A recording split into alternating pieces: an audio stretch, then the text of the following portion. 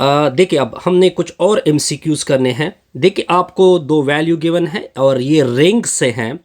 देखिए वो क्या कहते हैं, कंडीशन ये है कि अगर ए ज़ीरो ना हो बी ज़ीरो ना हो लेकिन फिर भी इनका प्रोडक्ट ज़ीरो की इक्वल हो तो आप ये पॉइंट नोट कर ले, इसको फिर ज़ीरो डिवाइज़र बोलते हैं। क्या बोलते हैं जी? Zero divisor. ओके जी, आगे देखें। अब देखिए ये जो इक्वेशन है जो आपके सामने मैंने रखा है इसको बोलते हैं जी लेजेंडर इक्वेशन। ठीक हो गया जी। कौन सा इक्वेशन है जी? ये लेजेंडर इक्वेशन है। आगे ये सिंप्लीफिकेशन चाहता है जी। इसकी सोल्यूशन देखे सर, आपको जी सर्कल एफ आपसे मांगा जा रहा है। जी सर्कल एफ इधर टी लिखोगे। देखिए जब आप सर्कल को फिनिश करोगे तो ये एफ टी के साथ मिल जाएगा और ये एफ ऑफ टी हो जाएगा। तो जी एफ ऑफ टी की वैल्यू क्या है? 1/t। गुड। अब देखते जाइए।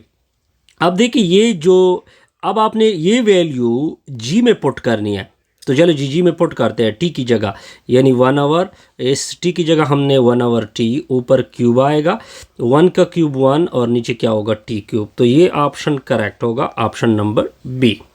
आगे देखिए जी, find the domain of the function. कहते हैं कि इसका डोमेन फाइंड कर ले कि जब भी रेशनल फंक्शन हो यानी डिवीजन में हो तो आपने डिनोमिनेटर वाले को लेना होगा और डिनोमिनेटर वाले को ज़ीरो की इक्वल कर दे, इसको उधर शिफ्ट कर दोगे, नॉट इक्वल टू ज़ीरो लिख दे। ठीक हो गया। तो इधर शिफ्ट करोगे 2 आएगा, फिर आपने 3 से डिवाइड करना है, 3 3 कैंसिल, तो x की वैल्यू 2/3 होगी, नॉट इक्वल टू 3/2, 2/3। यानी आप 2/3 नहीं दे सकते, यानी पूरा रियल होगा, सिवाय आप कौन सी वैल्यू नहीं दे सकते? 2/3। इसका मतलब ये बना कि ऑप्शन बी क्या हो जाएगा? करेक्ट। ओके जी, आगे देखें। What is the domain? What is the domain of the function? अब देखिए इसमें मसला क्या है जी। सबसे पहले आपने इसको लेना है, इसको आपने ज़ीरो की इक्वल किया, नॉट इक्वल टू ज़ीरो। ऊपर मैंने ऑलरेडी बताया है, इससे x कॉमन होगा, x minus 2 is not equal to zero, x is not equal to zero, x minus 2 is not equal to zero, उधर शिफ्ट होगा तो x is not equal to 2। एक तो आप ज़ीरो नहीं दे सकते और दूसरा आप कौन सी वैल्यू नहीं दे सकते? 2 नहीं दे सकते। लेकिन इसमें स्क्वायर रूट है, तो जब भी स्क्वायर रूट होगा तो स्क्वायर रूट के अंदर की वैल्यू ग्रेटर और इक्वल टू 0 होगा, उधर शिफ्ट कर दोगे तो ये ग्रेटर और इक्वल टू 1 होगा, यानी आपने x इज ग्रेटर और इक्वल टू 1 देना है। ठीक हो गया। अब हम प्रॉपर इसका रिजल्ट बनाते हैं जी। हमने एक तो वैल्यू ग्रेटर देन 1 देनी है, तो इसका डोमेन कुछ इस तरह से बनेगा, देखते जाइए। देखिए इसमें 2 नॉट इंक्लूडेड है, 2 तो नहीं दे सकते, 2 नॉट इंक्लूड, हमें ये कहा है 2 नहीं दे सकते। ठीक है, -1 से लेकर 2 तक इसमें क्या ज़ीरो आ रहा है? जी बिल्कुल ज़ीरो आ रहा है, लेकिन हमने क्या क्या होगा कि ज़ीरो इसमें नहीं आ सकता। ठीक हो गया। आई थिंक बी ऑप्शन क्या होगा? करेक्ट ऑप्शन होगा। ठीक हो गया। अच्छा जी, आगे देखिए। आगे कहते हैं कि इसका लिमिट फाइंड कर दे, तो डायरेक्ट आपने ये वैल्यू इधर रखनी है, 2 + 1 - 1 स्क्वायर रूट, 1 - 1 स्क्वायर रूट 0, तो इससे आ जाएगा 2। तो बी ऑप्शन क्या हो जाएगा? करेक्ट। ओके जी। ये देखिए ये सेट थ्योरी की एमसीक्यूज आ रहे हैं जी। For any preposition either that preposition is true or its negation is true is known as, इसको लॉ ऑफ एक्सक्लूडेड कहते हैं। ये डायरेक्ट स्टेटमेंट याद कर ले क्योंकि आपने डायरेक्ट इसको फिर पुट करना होता है। ठीक हो गया जी। अब देखिए y इक्वल टू, अब आपने ये चीज़ फाइंड करनी है जी, तो फाइंड करते हैं जी y की वैल्यू। ये y है, y की वैल्यू 2/x होगा, 1/2 को छोड़ दे।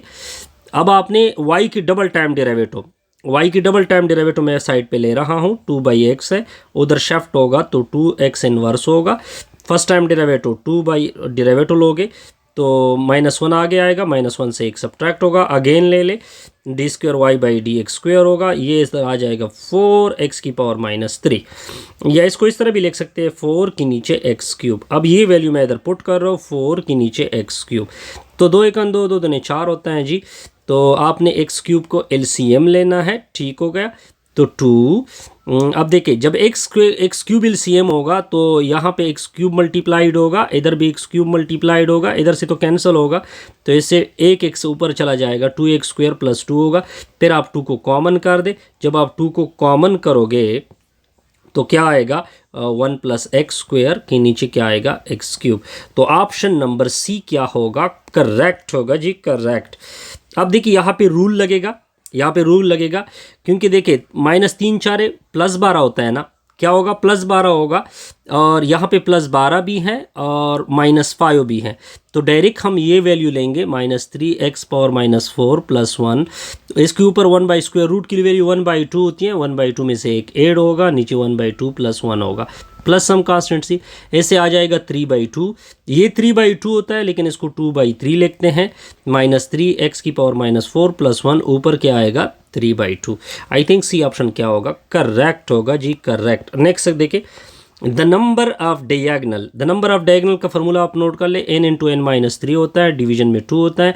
ये n की वैल्यू कितनी गिवन है 12 में से 3 सब्ट्रैक्ट होगा, अब नीचे 2 आएगा, 6 दूने 12 होता है जी, ठीक है, इससे 9 आएगा, 9 × 6 = 56 होगा, तो ये आपका डी ऑप्शन क्या होगा, करेक्ट। Video complete.